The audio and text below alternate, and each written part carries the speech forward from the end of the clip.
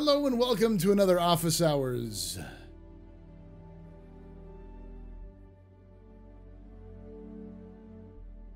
Capsule, that's right. I want to see how long it takes. One of these days, I'm just going to do just like hold there forever for 10 minutes. Just stare at the screen. This is a small section of my Office Hours live stream that I do for live on Twitch at twitch.tv/theastropub, youtube.com/theastropub live on Thursdays at 8 p.m. Eastern. Love to have you come down and join this chat live and come and talk about Star Citizen and a lot of times not Star Citizen stuff, and just hang out and do those sorts of things. Today we're going to be going over one of the biggest, the most bombshell things that have released from CIG in the last couple of weeks, especially since it's been pretty quiet because of January. But we're going to be looking at the roadmap roundup and everything that's going to be added to 3.23. Just note, I'll make some caveats at the end, but just note that everything in here is not yet committed. So this is all stuff that could or couldn't make into 3.23. This is just what CIG believes they can do in 3.23. And I'll explain it here a little bit more as we get to it. So without any further ado, if you we're going to get into this, but actually with a little further ado, if you do enjoy these sorts of content, if you've been watching my content in the past, make sure you hit that like button, subscribe for more content, and hit the bell icon to be notified when these release. And with all that said, let's get started.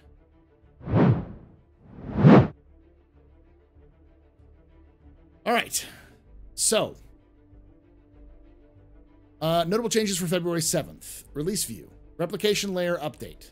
Testing continues for this important update that to the Persistent Universes backend database. This release will remain fluid in regards to timing as key cases are solved and performance is optimized. With this publish, we're moving this card to the Alpha 3.23 column, but keep an eye on Spectrum and text preview channel for the latest on the replication layer. This is big because CIG up until now has been saying every patch is going to have the replication layer update for a bit. 3.21 was called 3.21 instead of 3.20.2 because it was supposed to have the replication layer update, and that didn't manifest. Then they said they're going to do it in 3.22, and obviously now they're saying it's 3.23. So kicking that can down. Effectively, right now, that means based off when they think they're going to release this, this means that you'll see it 6 months to almost 9 months after the originally was supposed to come out. But you know, all right. Next, this following card has been added to the release view, targeting the release of Alpha 3.22 patch cycle. Arena Commander Gravlev Racing. Introducing a new experimental mode in Arena Commander featuring Gravlev vehicles racing through 5 new maps. The Snake Pit Reverse, Silo Islands,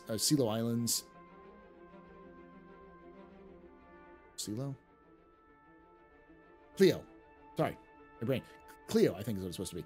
Clio Islands, River's Edge, and Shifting Sands.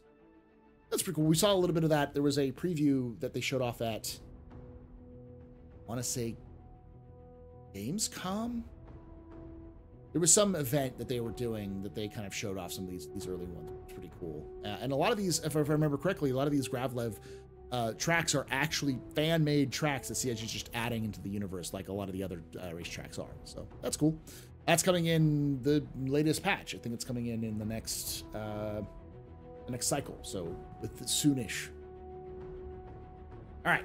The following cards have been added to the release view in Alpha 3.23 patch cycle, currently targeting an April 2024 release. Now, I'm going to be very clear on this. This is a weird change. CIG typically will call their Q1 update or their winter update or their spring update. I can't remember exactly what it's called, but they'll do that update as part of a it'll do that update scheduled for March, but almost always it misses. So they almost always miss the original March release dates, and they usually ends up releasing in April. I think 3.18 ended up in March, but that was unusual. It also happened to be delayed even further from when it was supposed to originally release. So, that's kind of how it works. So yeah, this is different. And on the roadmap itself, on the release view, it says Q2 2024. And that set off alarm bells in my head because Q2 isn't until the end of June. Or the end of, June, end of June. Which would mean that this would come out in actually July. But this says April 2024. So I reached out to some people I know at CIG and asked, is this a typo? Because there were some other typos in this when it first released. And they said, no, it's coming out in Q2. And I said, well, then why is it called Q2 if is it because Q2 is in June? They said April's in Q2. So we don't really know if this means that this is going to be the Q2 patch, which means that we don't get 2024 until 3.24, that's where we're in 3.24 until like September, which would then push everything off from 4.0 releasing in summer way to the like end of the year, which, and let's be honest, thinking about 4.0 coming out in the summer, no one really expects that. Expect lots of mockery to come out of that. But yeah, so this is currently up in the air. We don't know if this means that we're going to get a 3.23 and then a 3.24 in like June, or if this is the Q2 patch. But from the way it was told to me, they're still planning on releasing this patch and then a patch for 3.24 before summer. But we don't know 100%. So this is where we're going to get into the actual stuff, because after saying that, you're going to see a lot of stuff. First one, Star Map rework. Implementing the new and improved Star Map with improved visuals and usability, including easier search and trip functionality. Fantastic. Now I'm going to give the caveat. They likely won't have location markers because not everything's going to be marked up for the first release. And obviously they don't have the new quantum system yet, which is, spoilers, it's not in this list. The new quantum boost system doesn't exist yet, or in Star Citizen at least. So it's going to be a kind of first implementation of the new Star Map. Mobiglass rework. Reworking the Mobiglass system to use building blocks, which will allow for easier development of Mobiglass apps. This update includes reworked home, maps, contract manager, and journal apps. So yeah, that's another example of a lot of the stuff is cool, but the only things we're going to get updates for is the home, the maps, and the contract. The home, maps, contract manager, and journal app. So 4 parts of the Mobiglass. We still have the old customization system for ships. There's still a lot of other things, like the old chat is still there. So a lot of that stuff is going to have to be reworked later, but this is the foundation so that they don't have to constantly use the same old HUD that it currently uses. So, yeah, we'll have to see. FPS map system. Implementing a mini-map for the HUD, as well as the interior maps for the FPS gameplay, helping players stay oriented in close-quarter encounters. This is that little 3D map that you see in a lot of the new HUD for individual ships and stations, and they've said that they don't have the full maps out. They probably won't have all the full maps out for all of the ships in all of the stations and all of the locations they should in 3.23, but they're going to try to get as many as possible.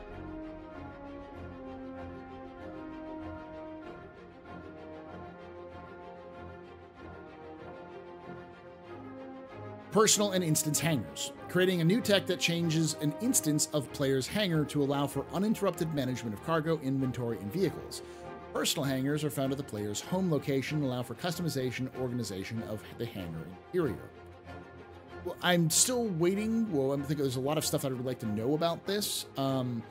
So effectively what this means is that we're going to see a personal or a instance hangar, which is persistent, which when you land at a hangar and that doors close, you are in that hangar forever. So if you land at hangar 13 on, Bajini Station, you are going to be at Bajini Point and at that hangar forever. You will have that hangar. And if things get super busy at Bajini and that hangar needs to be used again, someone will land at pad 13, but they'll open it up and you won't be there. But you still will be there. You'll just have your instance of it. This should mean that we won't see ships despawn because they have to be persistent in order for you to load and unload and manage cargo and inventory, because that's much more of a focus of the hangar rather than being in the app now. So that's one of the reasons why they had to do that. Speaking of hangars and apps and moving cargo, freight elevators. Implementation of systems and content for players to physically load and unload cargo to and from their ships by conveying tracked cargo to and from hangars, landing pads, garages, and docking column. So there's a lot of issues there, but I think the biggest thing to take away is freight elevators. They've actually showed off freight elevators for landing zones, for outposts. So it'll work similar in the outposts. It's just where you store your stuff and where you can call things in and out. So if you have a box, like a 2SU box, and you're just full of stuff, you take it out of your ship, you put it into the thing, and you hit the button, and you go down to where you need to go. And it disappears into the ether, and now it's saved. And so if you want to get it back, if they get all that stuff back, you're going to have to go back to the hangar, pull up that box full of stuff, pull it out, and then, go that way. So it's going to be a little bit harder to manage your inventory, but this is also how things like cargo missions, which we'll just talk about here in a moment, that's how you're going to get your cargo. But it also will do things like your vehicles, and I actually get your vehicles out of into a hangar and then load them up into ships and stuff like that. It's pretty cool.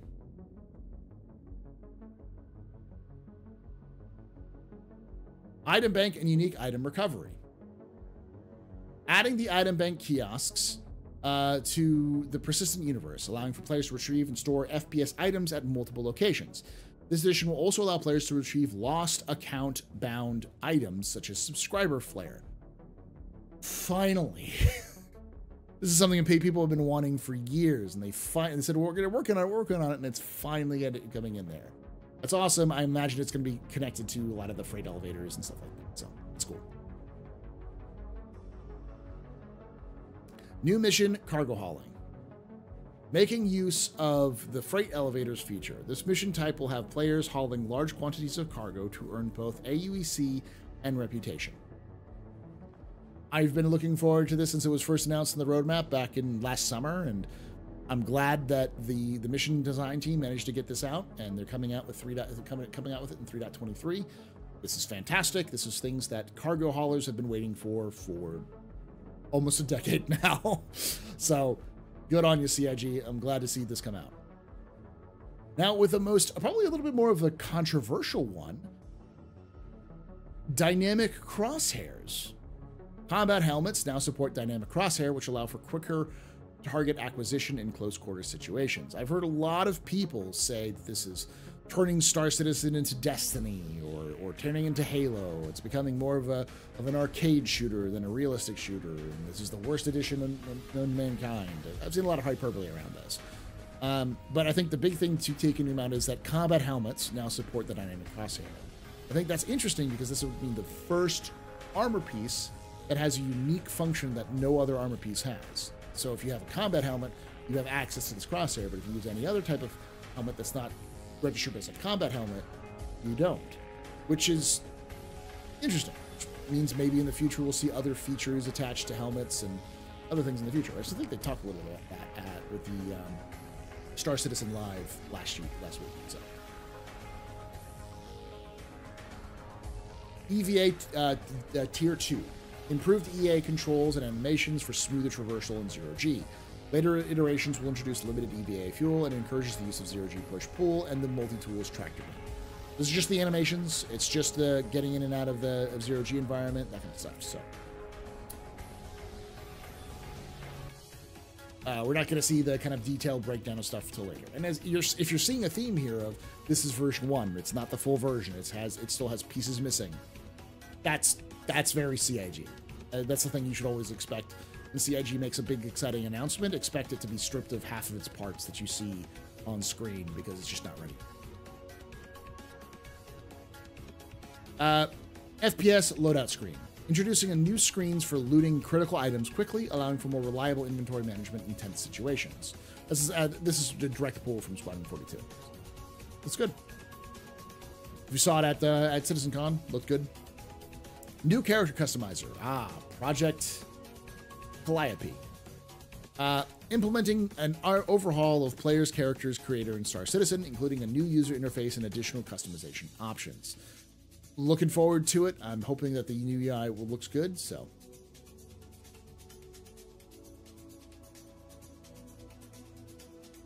Visor and lens HUD rework.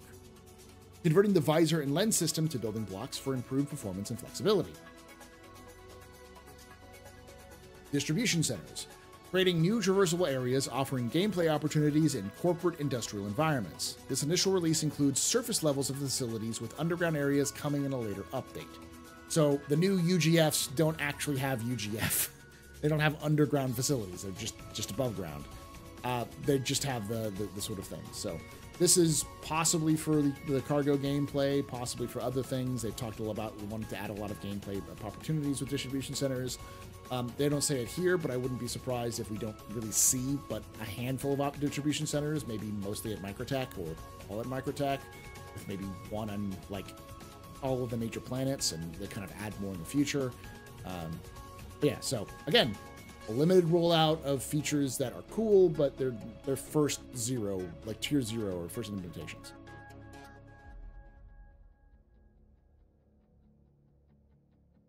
Dynamic event. Blockade Runner, including a new dynamic event that involves Criminal Faction, Ninetales, locking down an LEO and an L1/L2 rest stops. Players must run the blockade and purchase and sell percent of quantanium before the time runs out. Interesting to see that. That's one that's replacing the Ninetales lockdown. And this seems a little bit more actually dynamic, something that they could use for in the future. So I'm looking forward to see how this works, though. Again, always keep in mind, the version 1 of an event, it'll probably be buggy and have issues. So, reputation hostility. This is the one I've really been looking for. It's really cool. Adding a new feature to the reputation system where players will encounter AI that are either friendly or hostile based on their reputation with an organization they belong to. This also includes different friendly fire thresholds and defense responses. For those who don't know why that's a really cool addition, is that it basically means that, say you do a bunch of mission work for the Hurstons. Well, there's a lot of people who don't like the Hurstons in terms of factions, and those people who don't like the Hurstons in terms of factions will not work with you. In fact, in this case, they might actively send people to kill you for doing work for that faction. It's a more... It's going to feel very similar to the sort of thing they do in Bethesda games, where like if you work really hard with one faction, the other factions are going to start sending assassins after you and those sorts of stuff. So there's going to be some consequences to the actions you take, and as this evolves, this will also kind of make it so that you have more affinity with a faction, which means you get more rep and more gear and unique aspects to it. So this is, again, a kind of a basic version of what we saw at CitizenCon, but this is the one that they've been talking about for a very long time of getting into the game. I think they originally wanted to get this in 2021. It may have been at the beginning of 2022 or 2023, but it's been a while, at least a year, if not more, since they started working on this system. Player interaction experience. Implementing the updated player interaction experience, a holistic array of complementary features and systems, all related directly to the player. This status, player status, item status, environmental status, as well as interactions with both the game world and objects within it, are covered under these systems. So this is a huge overhaul of how you fundamentally interact with stuff in the game, which is we saw it at ISC, we saw it at CitizenCon. It looks good. It looks fantastic. It's going to simplify the game a little bit for some players and make it a little bit easier to select things, with all allowing for more flexibility for things you need to do. And lastly, master modes. Implementing new modes to vehicles to manage their speeds, components, and role-specific functions. This release introduces the nav and SCM modes, as well as a complete retuning of ships. So, this is big. A lot of these things are going to fundamentally change the Star Citizen experience. And by that, I mean it's going to change how Star Citizen feels, especially stuff like the new cargo system that they're dealing with and the new hostility system. However, I think the stuff that gets the most attention, things like the FES map system, the Moby Glass rework, the Star work, like all of the the things that a lot of people are looking forward to are basically replacements for what we already have. So it's not something that's new. I would say 70 to 80% of what we see in this list are stuff that's just replacing systems that already exist, not new systems. The ones that I can pull out of the top, point out at the top of my hand are like the FPS map, the personal interactions, personal instance hangars, freight elevators, the item bank and unique recovery, the cargo hauling, dynamic crosshair, and distribution centers, I guess, but we already have UGS. The reputation system and master mode. So 1, 2, 3, 4, 5, 6, 7, like 8 of the like 13 features. So it's actually quite a lot. And I'm also bending it for like things like the item bank and unique recovery. Unique recovery is new, but like we already have item inventory and those sorts of things. So while Star Citizen will likely look completely different in 3.23, it probably won't play that different initially. You're going to see a lot more of these updates going forward that will probably change a lot of the fundamental way you look at it, but it's going to look very different when 3.23 comes out. So keep that in mind. It's exciting times. Definitely looking forward to seeing what else gets added or the things that change along the way to 3.23. But as always as well, keep in mind that a lot of this stuff is bare bones first version, so don't expect it to move mountains, and it probably will be buggy and break a couple times. So while I'm glad that the old Moby-Glass and the old Star Map are going to die in a fire, I hate those things. I keep your expectations, mellow for some of this stuff, and just kind of look forward, be like, oh, this is neat. That's at least my opinion. I also would like to thank Factor, the sponsor for this stream, this video. Factor is a fantastic meal service that I've used in the past that gives you meals that are pre-cooked, ready to go. They send it to you once a week in these little boxes. You can put them in your fridge. They last for 7 days. And if you want a meal, you pull them out, you poke some holes in the plastic, you put it in the microwave, put it for 2 to 3 minutes, and you get really good quality meals out of the service. You don't have to do any dishes or anything like that. You're done. It's owned by the same people who do Green Chef and HelloFresh. So it's that same sort of quality you'd expect from them. And I've used them in the past. I've loved it. They've reached out and gave me a 50% off coupon for those if you want to sign up. So if you're constantly saying, I need to cook more, or I need to stop eating out, check out Factor for yourself with my code 50% off. I'll leave that link in the description and in the top comment for those of you who missed it. And of course, as always, I want to hear your thoughts on any of these. Am I being too negative about these things? Is this like, Paul, you're being a salty man right here. You're being a salty pup. Or am I being too optimistic about some of these things? Let me know in the comments below. And as always, I'd like to thank you for watching. And remember, hope to see you someday in the black.